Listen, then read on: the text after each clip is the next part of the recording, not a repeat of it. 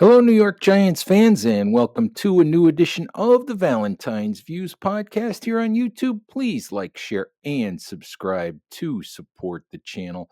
Giants general manager Joe Shane held his pre draft press conference on Wednesday, and Big Blue View was there to ask Joe a couple of questions, to listen to what Joe said and the way he said it, in an effort to try to learn a few things about what the Giants might do in the upcoming 2025 NFL draft. As most GMs do, Joe tends to just sort of parry questions, at things like this, and try not to give a whole lot of information, but there's always a few things that you can glean, a few things that you can learn just from the way he says it, from the language that he uses. Um, maybe when you compare things to what he might have said, at other times and in other settings, and that's what I tried to do today, as I usually do in these things. You go to the presser, then you run back to the press room, and everybody's trying to write a story, and you're competitive, and you're trying to get some stuff out quickly. As what I did today is what I normally do. I wrote a quick story, um, off the transcript, off my initial thoughts, uh, based on what Joe had said about the quarterback situation. You can read that at bigblueview.com. A lot of I think good information in that piece. I also did a non-quarterbacks takeaway.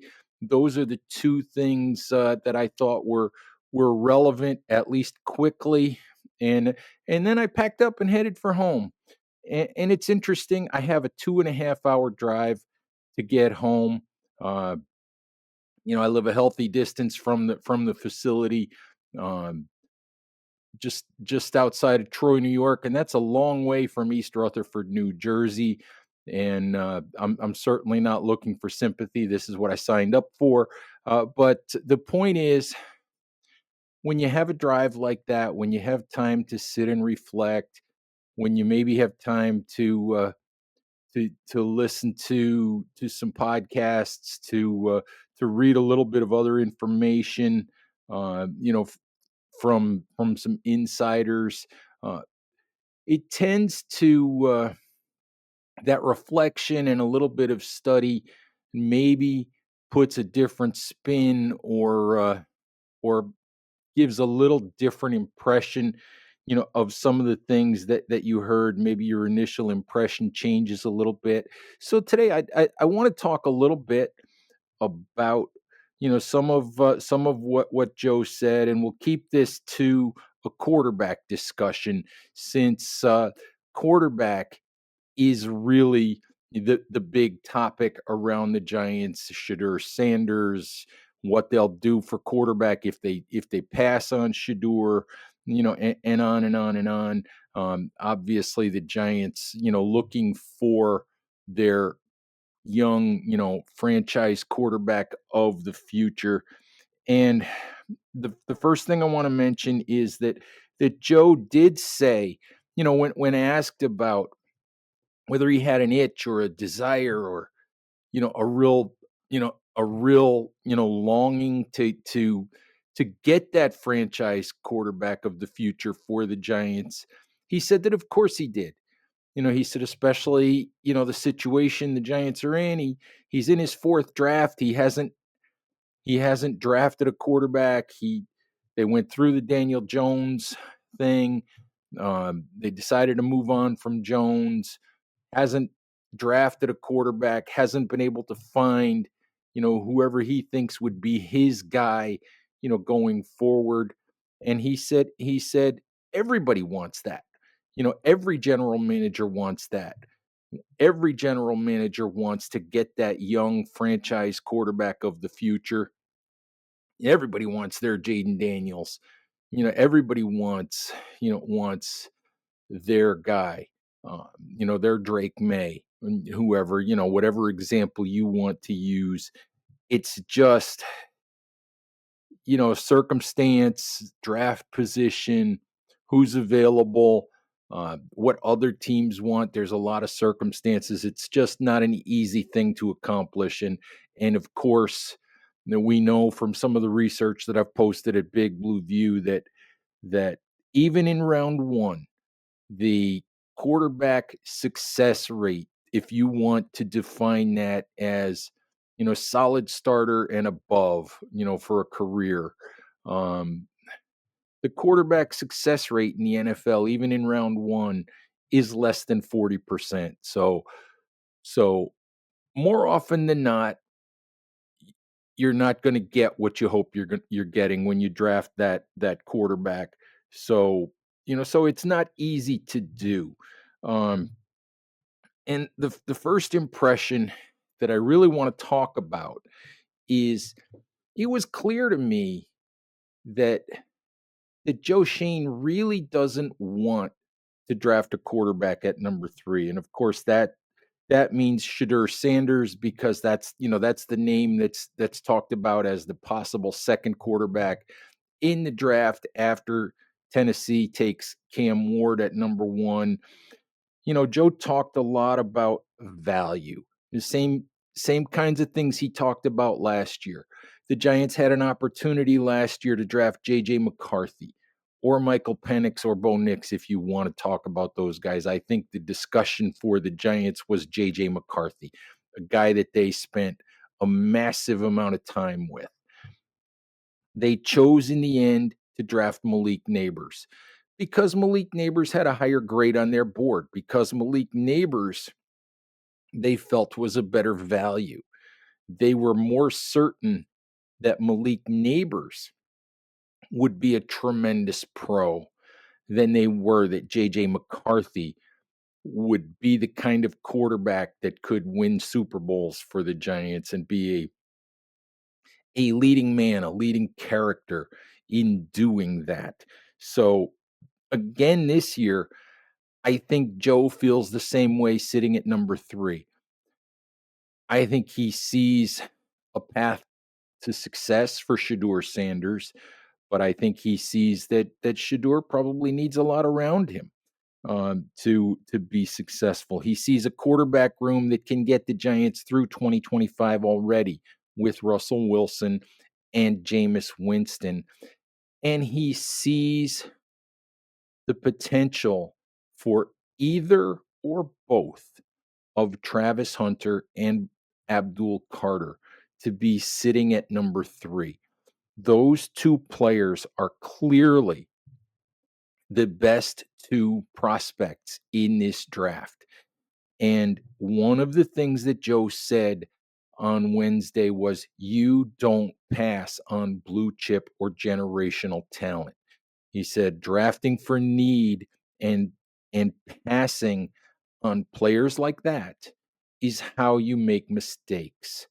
And I'm reminded in that circumstance of the Giants passing on the opportunity a few years ago to select Micah Parsons, the great edge defender now for the Dallas Cowboys, passing on the opportunity to draft Parsons, trading down and selecting Kadarius Toney. Obviously they added some other assets, but even Dave Gettleman at the time, had always said you have to be really careful trading down because of what you might be passing on. And Gettleman made that move. Was the first time in, I think, 8 or 9 drafts that he had run as a general manager with the Giants or the Panthers.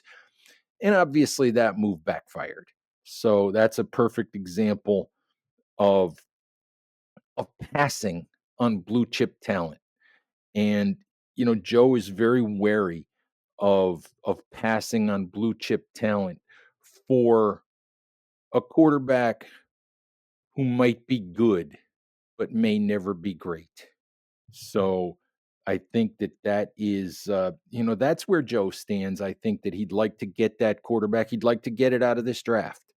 I'm just not sure he thinks it's there, especially at 3.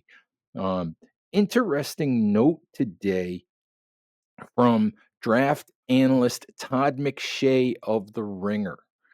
And on a podcast, on the Ryan Russillo podcast, McShay said that his information is that it's very contentious in the Giants draft room, particularly when it comes to Shadur Sanders, which may partially explain the late workout that the Giants are doing with Shadur on Thursday. The Giants have absolutely spent tons and tons of time with Shadur, going all the way back to the fall. Reports are that they've scouted almost every game. I know we've seen lots of things on social media with Brandon Brown at practice sessions, with Joe Shane at practice sessions for Colorado. They spent time with Shadur at the East West Shrine Bowl. They spent time with Shadur at the Combine. They're going to have the private workout with Shadur. They were at the pro day where Brian Daboll made an exception to his usual reluctance to go to pro days and went to that. So they've had lots of touch points with Shadur. They have had lots of information on Shadur. But McShay's information is that it's contentious within the room, with some really banging the table for Shadur, really wanting the Giants to finally, for the first time in Joe Shane's tenure as GM, this being his fourth draft, to go ahead and take that quarterback. And others, like I believe with Joe, others, not being sure that Shadur Sanders is the right guy to take, especially at number 3. And what's really interesting is that I asked Joe, because there's been, some chatter, and it seems fairly apparent that the Giants are not in full unison when it comes to what to do here. But there's been some chatter that there might be disagreements within the organization. Now, does that come from ownership? Is ownership, pushing Joe to, whether he does it at 3 or whether he trades whatever resources he has to get back in and get Jackson Dart, to get back into round 1 and get Jackson Dart or Tyler Shuck or Jalen Milrow, one of these guys. Is ownership pushing Joe to make sure he comes out of this draft with one of those 4 quarterbacks who could be available, anywhere from 3 to 34 guys who are considered to be worth that pick, by most draft analysts. So I don't know exactly where the contention is coming from, but I did ask Joe on Wednesday how this works with the Giants. If there's a disagreement, for example, between himself and Brian Daboll on particularly a quarterback, do they just pass on that quarterback? And if one wants the guy, say Joe wants the guy and Brian doesn't want the guy, do they just pass? Because you hate to hand a quarterback to a coach that doesn't really want that player. Or how does it work if there's a disagreement? Do they go to ownership and say, we're at loggerheads here, we can't resolve this, one of us wants to do this, one of us wants to do the other thing? Do they go to ownership and say, what do you want? And Joe very clearly said, the decision falls on me. Now,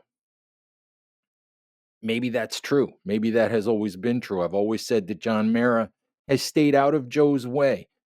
He allowed Joe to make the decision that Joe wanted to make when it came to Saquon Barkley. He allowed Joe, although, he had signed off on the idea of drafting a quarterback, he allowed Joe to pass on a quarterback a year ago. If the Giants end up taking Shadur Sanders at number 3, which I do not expect to happen, you I think it opens the door for the discussion at this point because of the way that Joe has talked about these blue chip players and because of the way he's talked about value. And because he said on Wednesday, you have to get it right if you take a quarterback that high in the draft. I'm not sure that he sees Shedeur Sanders or Jackson Dart at 3 as getting it right, as a guy that would be worth that pick. It opens the door for the discussion of how involved in this decision does ownership get? Because, McShay himself, Todd McShay, has referenced on his podcast a few times that this is the time of year when ownership gets involved in these decisions in certain organizations. Diana Rossini at The Athletic and her Scoop City podcast with Chase Daniel has talked about ownership getting involved in some of these decisions. So that for me, and I'm sure we'll never get an answer to that, but if the Giants, all indications today are that they'll take Abdul Carter or Travis Hunter, whichever guy sits there at 3. But if they take Shedeur Sanders, the question becomes, and I John Mara will have to be asked if we get an opportunity to ask him, did you bang the table for Shedeur Sanders? Because right now it appears to me, the Giants, Joe Shane's giving all indications that that's not a move that he wants to make at number 3. So we'll find out what happens. It's really interesting with Joe. I think, he's a guy who has said, although he said on Wednesday, he said, you have to get it right. In other words, he knows if he takes the swing and he gets it wrong, he's getting fired, which he might get. If he doesn't take the swing and the Giants are bad, he might get fired anyway. So my perspective is look at the board, whether it's Dart, whether it's Milrow, whether it's Shuck, whichever one of these guys you like. If you like Shedeur Sanders enough to take him at 15, to jump up in front of Pittsburgh and take him at 15 if he falls, something like that. If you like him enough to do that, do it. Take a swing. Joe said at the combine, he's a fan of taking swings at the position. The reality of it is, I don't really consider, re-signing Daniel Jones, which to me is something he didn't really have an option not to do after the 2022 season. That's not really a swing. Signing Russell Wilson is not really a swing because it's a stopgap fill-in on a 1-year deal. In 3 drafts, he hasn't taken a swing, and now he's sounding like he may not be in a position to take a swing again this year. He talked a lot about whether guys would be available. I mean, to me, whether guys would be available to him at 34. To me, I think Joe Shane and the Giants are in a position where if they're going to pass on quarterback at 3, as I expect them to do, they really need to figure out where they think quarterbacks are going to go, prioritize for themselves Dart, Shuck, Milrow, and figure out where they have to go, or if they have to go anywhere, to make sure they get one of those guys. And if there's a clear difference on their board from Dart to say it's Dart, then Shuck, then Milrow, if there's a clear difference, if Dart is well ahead, it has a much higher grade, and you give up whatever assets you have to give up to go and get that guy. I would hope it would not include a 2026 first round pick, but you give up assets, you go get the guy, and you both get your blue chip player at 3, and then you get your potential quarterback of the future, your guy that you can put in place and excuse me, and begin to develop, with Russell Wilson and Jameis Winston there to take care of 2025. So that's the way I would do it. I don't know if that's the way Joe would do it. Like I said, I don't think that he really wants to take that swing at number 3 because I just don't think he believes that Shedeur Sanders is a talented enough player with a high enough ceiling to take that swing at number 3. But as I said, I think they're gonna if the Giants do take that swing, I think that would indicate a change in their thinking from where things stand as of today. Um, anyway, something else to mention. Joe was asked about taking a quarterback later in the draft, round 3, round 4, later in the draft, and he said there's value in that, if you can develop a guy into a backup even, or maybe even a guy that could spot start or start, as a placeholder for you at some point. There's value in that on a rookie contract simply because it saves you the 4 or 5 million dollars that you would have to go out and spend on a veteran backup, like the Giants have spent on Jameis Winston this year, like they spent on Drew Lock last year, like they spent on Tyrod Taylor the year before. So, but he didn't sound like he thought he could find that true, franchise quarterback, as you got toward the back half of the draft. And our research at Big Blue View shows that he's correct in that assessment.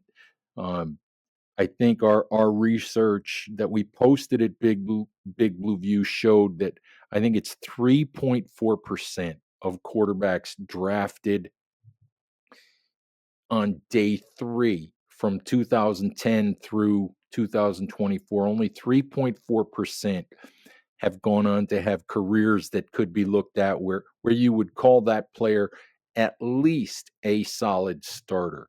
So we'll see what happens. One interesting note: the Giants, after Saturday, will have had private workouts with Jackson Dart, Shedeur Sanders, Jalen Milroe, and Tyler Shuck.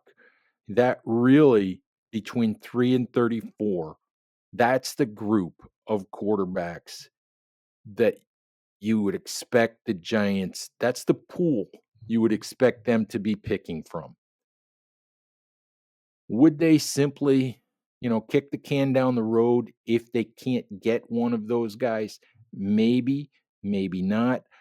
I don't know. Everybody has a favorite. Chris Flum at Big Blue View is a Dylan Gabriel guy. There are plenty of people out there who are Will Howard guys. There are some in the NFL community that are Riley Leonard fans. There are some out there who think that Quinn Ewers is a guy that is being underrated through the draft process. It's worth noting that those are, add Cam Ward to the list. I don't think the Giants have had a private workout with Cam Ward. But look at those 4 quarterbacks. I know they've had Cam Ward in for a 30 visit.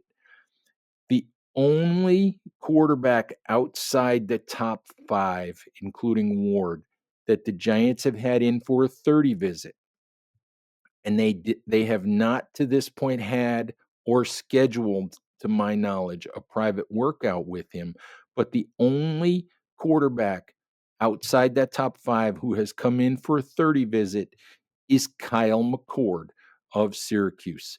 Keep that in mind if we get to, if the Giants don't get a quarterback and we get to uh, the second pick in the 3rd round, 99, or the first pick in the 4th round, 105, and McCord is still there, or if he falls to 154. Yeah, so just keep McCord's name in mind, as a guy who might be the favorite to be a day 3, or a late round 3, selection on day 2, for the Giants, just based on who they've talked to, and and who they've had in for visits.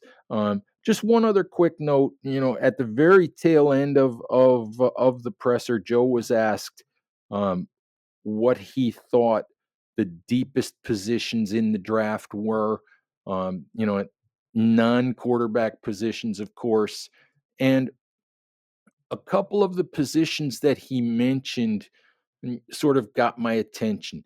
He talked about defensive line, interior defensive line, where the Giants need help, where Joe has never used a draft pick earlier than the fifth round. I would expect him to to change that little bit of history this year. I would expect him to use a day two pick or that pick at 105 early in the fourth round on a defensive lineman.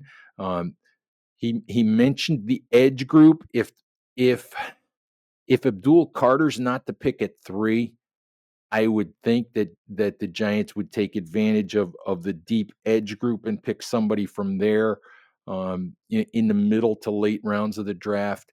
Another position that caught my attention, the Giants have had a number of running backs in for visits. Um, I am pretty certain that the Giants, this another position that Shane mentioned as a deep group. I am pretty certain that the Giants will add a running back at some point in the middle to late rounds of the draft. A name to watch is Caleb Johnson. The Giants hired Liddell Betts, the former Iowa running backs coach, who was Johnson's collegiate coach, as collegiate running backs coach. So there's a fit there, just in terms of personality, in terms of the information that they can get regarding Johnson. So just keep that in the back of your mind as well, that there's a natural fit there with the Giants for Caleb Johnson, who, if the Giants are going to get Johnson, they might need to use the 65th pick to do that. So, we'll see how it all unfolds, but just keep that name in mind as well. And we'll see how the whole quarterback thing unfolds. We'll have a lot to talk about either way, and we'll continue, covering the draft as much as we can. Check out some of our previous shows where we reviewed Doug Farrar's um, 7-round Giants mock draft, and our full range of draft coverage here on YouTube and at bigblueview.com as well. You can also, follow Big Blue View on X. Um, you can follow me at ed.valentine on Blue Sky. You can follow Big Blue View on Blue Sky. We still have our Facebook and Instagram pages as well for you guys to check out if that's where you like to get your information from. So please do that and support those platforms as well. All right, Giants fans, thank you as always for watching. Please stay safe out there, take care of each other, and we'll talk to you soon. Bye-bye.